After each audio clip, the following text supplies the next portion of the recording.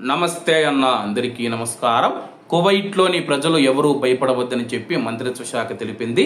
వివరాల్లోకి వెళితే కువైట్లో ఆహార సరఫరాలను స్థిరంగా ఉంచుతామని చెప్పి వాణిజ్య పరిశ్రమల శాఖ, సామాజిక వ్యవహారాల మంత్రిత్వ శాఖ తెలిపింది. ఎవరు ప్రజలు భయాందోళనలకు గురి కావద్దని చెప్పి హెచ్చరించింది.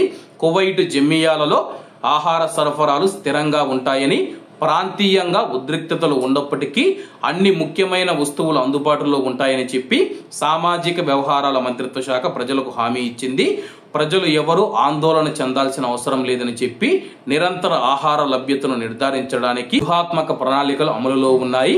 దయచేసి సోషల్ మీడియాలో వస్తూ ఉన్న వార్తలు ఎవరు నమ్మవద్దు. మరోవైపు యుద్ధం ముగిసిందని చెప్పి కూడా అమెరికా అధ్యక్షుడు డొనాల్డ్ ట్రంప్ ప్రకటించిన విషయం అందరికీ తెలిసిందే.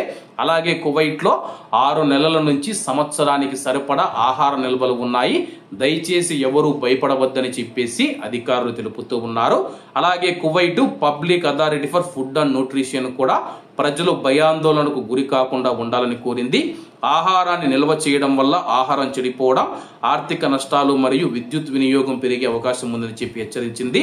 2 సంస్థలు అధికారిక సమాచారం పైన ఆధారపడటం మరియు బాధ్యాయుతంగా వ్యవహరించడం యొక్క ప్రాముఖ్యతను తేల్చి చెప్పాయి. ఎవరైనా సరే కానీ సోషల్ మీడియాలో వచ్చే వార్తలు నమ్మకుండా అధికారిక వనరుల నుంచి వచ్చే సమాచారాన్ని మాత్రమే నమ్మాలని చెప్పి కువైట్లోని కువైటీ పౌరులను మరియు ప్రవాసులను మంత్రిత్వ శాఖ కోరింది. కాబట్టి అందరూ బాగుండాలి, అందులో మనం ఉండాలి. అందరికీ నమస్తే అన్న, జై హింద్.